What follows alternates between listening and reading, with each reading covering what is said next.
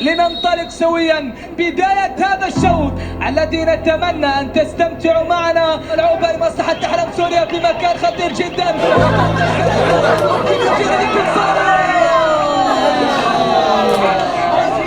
بدأ أحلام سوريا هدد وبقوة مرمى فريق الأهلي.